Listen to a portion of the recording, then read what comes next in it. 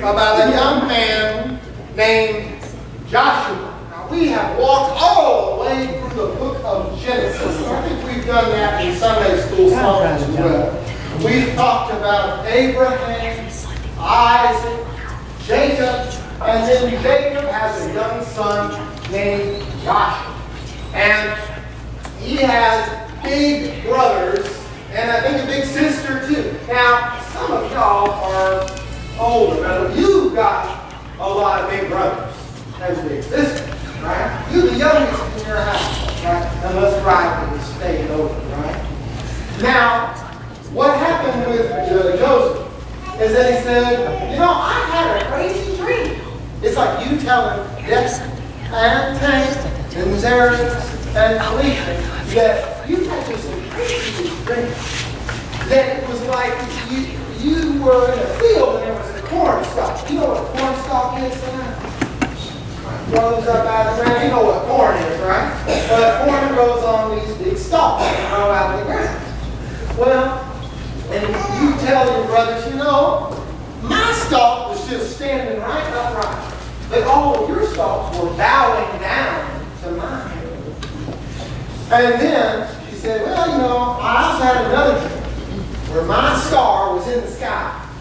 And the other stars and the sun and the moon were bowing down to my star. Now, what does that mean tonight? What that means is that at some point in the future, your big brothers and big sister were going to live in submission to you, somehow bow down to you. Now, does that seem likely? Oh, it does. You think, yeah, that's going to happen. Well, when Joseph told this to his brothers, they said, that's not going to happen, and we don't want it to happen. So they said, we're going to kill him. Now, are your brothers going to kill you? You told them that dream? No, but this time his brothers were not as nice as your big brothers. And they thought they'd kill him, but then they ended up selling him into slavery, and he was taken to Egypt, all because he had a dream in which these older brothers were submissive to a younger sibling. Now, some of y'all who here has an older brother or older sister? Keep your hands up if they at least would think about killing you if you shared with them that dream. Okay. I just had an older sister, you know, so I live in fear of her. So, and it seems like Joseph's not afraid because it seems that God was at work in his little Joseph. And I want to tell you that God is at work in you, Timothy, and you, Preston, and you, Chance, and you, Ariana, and you, Samaya, and little Riley over there. And God is at work in you, and God's going to use you to serve people that are much older than you. And that you might have something really important to tell them, and they better listen. So I want you to be bold and do what God wants you to do, even if that means telling some older people what to do, okay? Okay. Let's pray. God, we thank you for this day, and we thank you for these kids. It's so special to us. Help us to listen to them and listen to their dreams. Now, before you go, I've got a gift for my older kids. Chance, you are going into the 3rd grade this year. That means that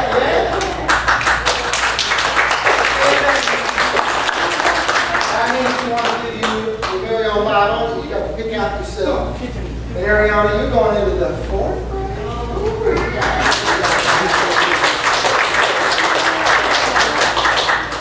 When y'all go to the 3rd grade, we're going to get you a Bible too. All right, y'all. Well, let's thank God for our kids. And if you want to go to children's church, we'll take you to children's church if you want to go to children's church.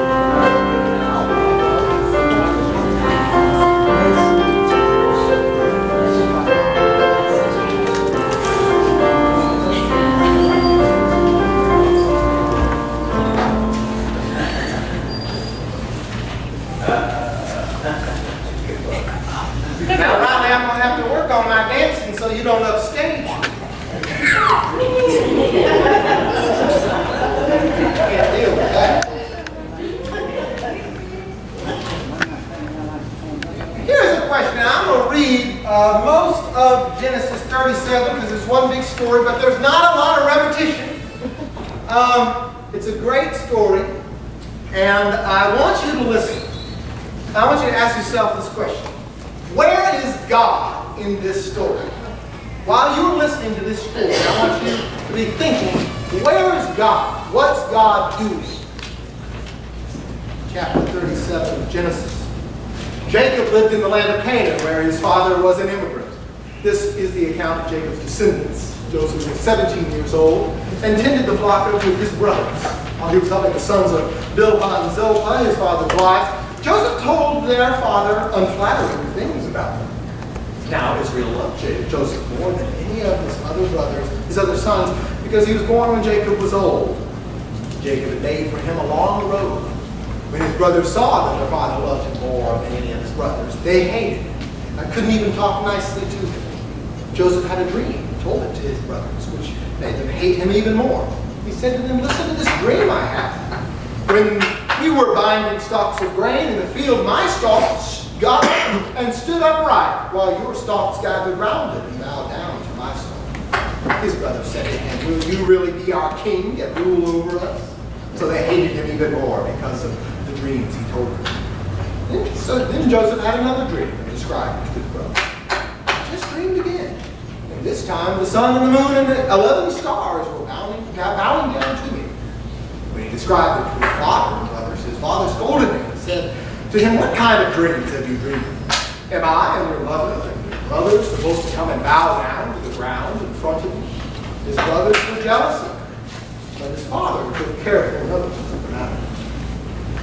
Joseph's brothers went to tend their father's flock near Shechem.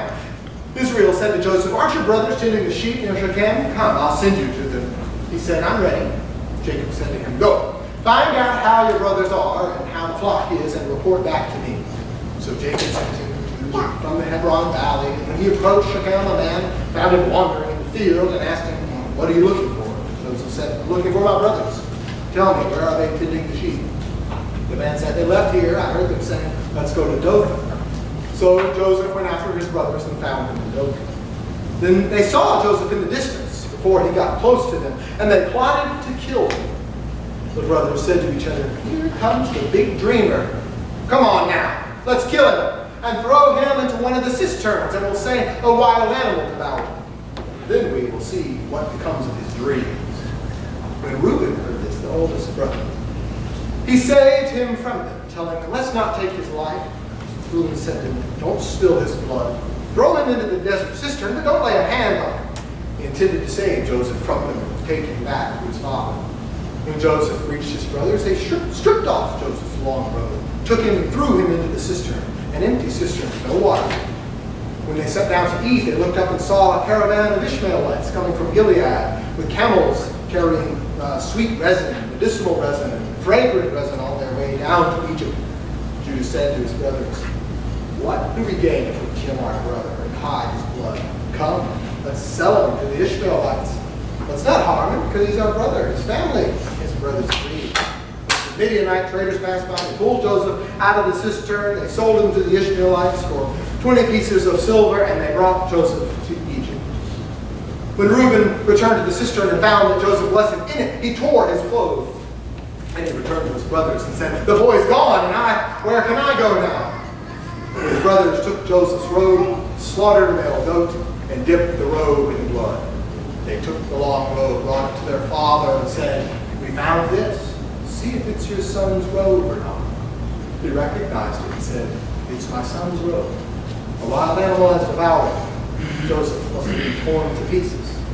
Then Jacob tore his clothes, put a simple mourning cloth around his waist, and mourned for his son for many days.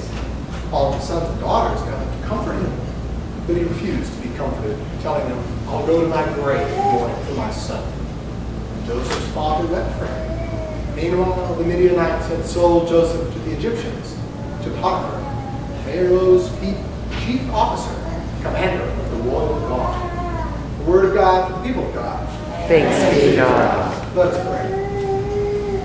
God, help us to hear a good word from this story, some guidance, and help these words not be mine but yours. Amen. Last Sunday, Quan, who's back there on the back pew, wasn't able to come to church in the morning. But I saw him in the afternoon, and I said, oh, give me a call, because I wanted to catch up before school started. And so, and Quan gave me permission to tell the story. So I took Quan to go get a hamburger and french fries, and we sat in the park for about an hour. And Quan told me about what had been going on at home and the upcoming school year. And he started also telling me about his dreams, what he wanted to do with his life. He was thinking about going into the Navy or maybe the National Guard. He was talking about how he also wanted to go to college and wondered if he could do both. I said, yes, you can do both. Wanted to have a wife and a family. He's already got names picked out for 2 of his kids. You know you've got to consult with the wife on that, okay? And then he told me something that really, stopped me in my tracks. Quan said that I was one of the only people who treated him like something. He says he's got a lot of people in his life who tell him what he can do and can't do. But he says, you know what? They don't know what I can do and can't do. You know, Quan, you're not so different from a lot of people your age. And I couldn't stop thinking of you this week when I was reading about Joseph. Joseph is only 17 years old. Quan is 16 years old. Joseph wants to share his dreams of success in his future with his family. And their response is jealousy and anger. That's just their feelings and their response. You're not so different. Joseph isn't so different from you and different from a lot of young people who need people to share their dreams with and need people who will listen to those dreams and not respond with anger or jealousy. Now the brothers, boy, they are upset.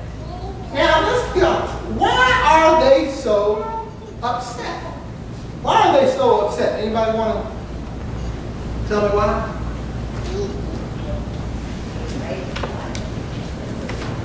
Say what? But it seems like they don't want to bow down to him. They don't want to submit to his authority. They are the older brothers. He's the younger brother. And that's not how they want things to do. Now, they don't suffer in those dreams, do they? It's not like their stalks break. Their stars don't stop shining. All they do is bow. But they are so disgusted at the idea of submitting to the authority of this 17-year-old that their jealousy and their anger turns to thoughts of murder of their own child. Now, is that so different from some people today? That some people today can be upset at the idea of submitting to the authority of somebody else. You know, I think it may be this culture, but it's probably a human condition that we don't like being told what to do. We don't want somebody else being in charge of us. But here's the strange thing. You all right, Edith? She wants to walk. Okay, that's fine. Maybe the sermon's not that good.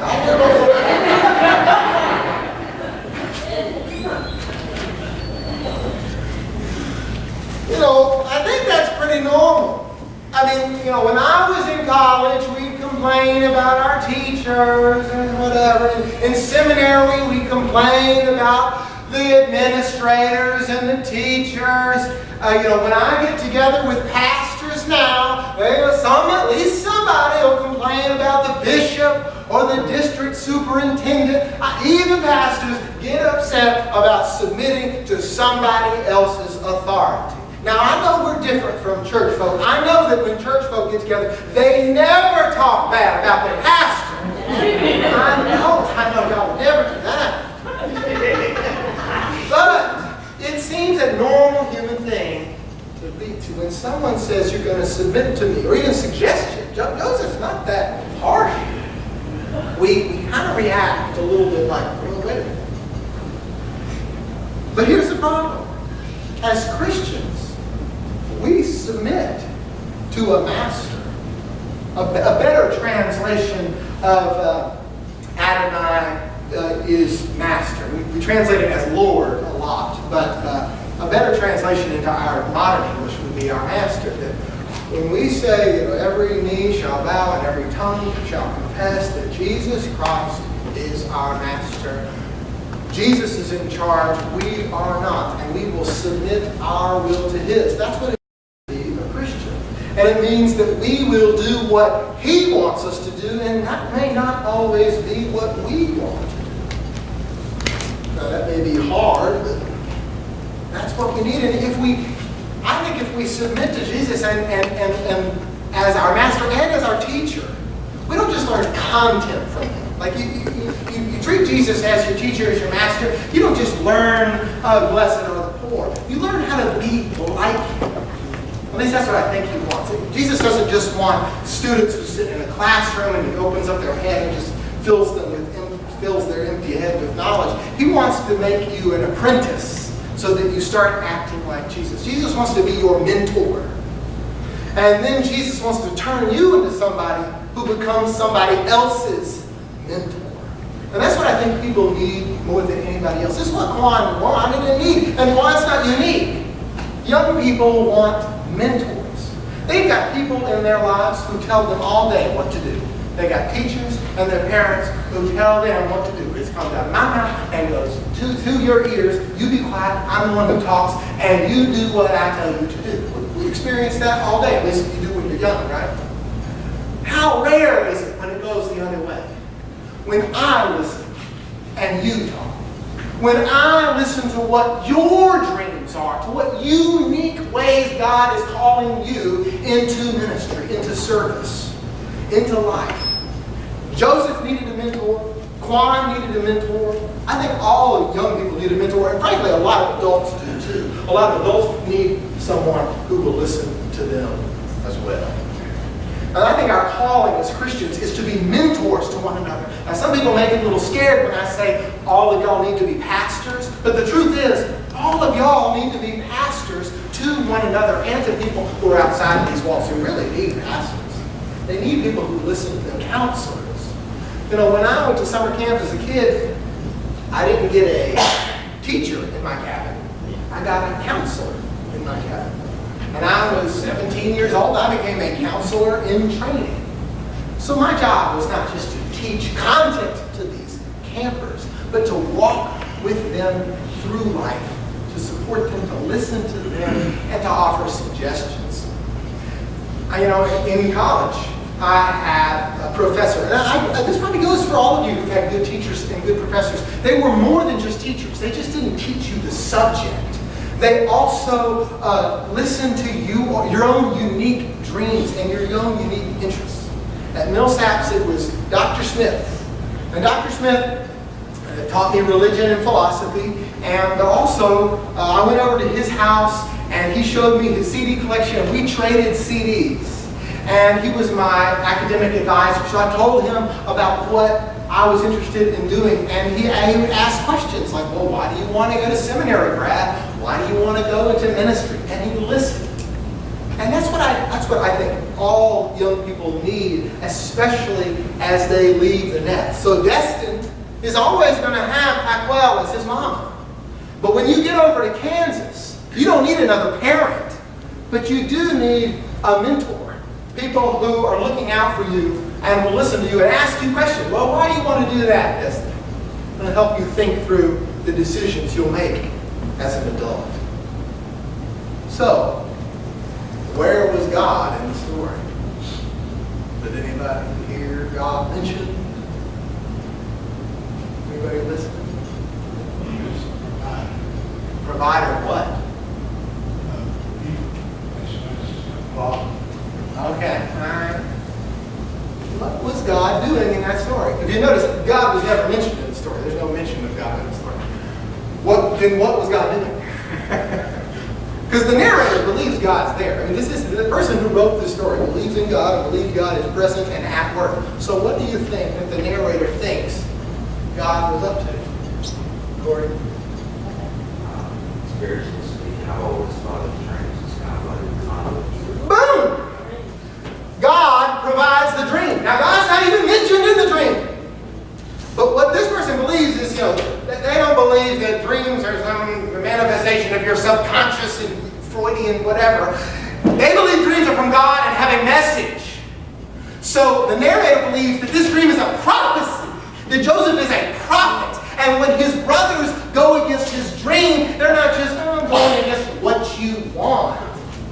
They're going against what God wants. That's the sin of the brothers. That's the real sin. The sin is, they don't treat their brother with respect. That they try to murder him. They think about murdering him. That's pretty bad too. But their sin against God is that they don't even want God's will to come true. And if you know the rest of the story, God has plans to work through Joseph to save his family. But these people resist that plan of God. So I think when we do not listen to the dreams, the unique plans God has for young people, we're not just sinning against them. We are sinning against God. And that's where our souls become in danger. God needs people better than Joseph's brothers, who will listen to the dreams of 17-year-olds, because God has plans for them. And plans for us, for even our flourishing. Because those brothers their lives are going to be saved because of this plan that God has for Joseph. All of you are like Joseph. You're called as well. You may not be having strange architectural or astrological dreams like him. But God has plans for you as well. For you to make a positive difference in the lives of others, even others who may not always make a positive difference in your life. And so my job is to give you those opportunities to serve, to make a positive difference. And so the little survey is just a small piece of that. I want to know how you're called to serve others, because that is the most important question you could probably ever ask in your life. How can I make a positive difference in the life of other people with no thought of my own reward?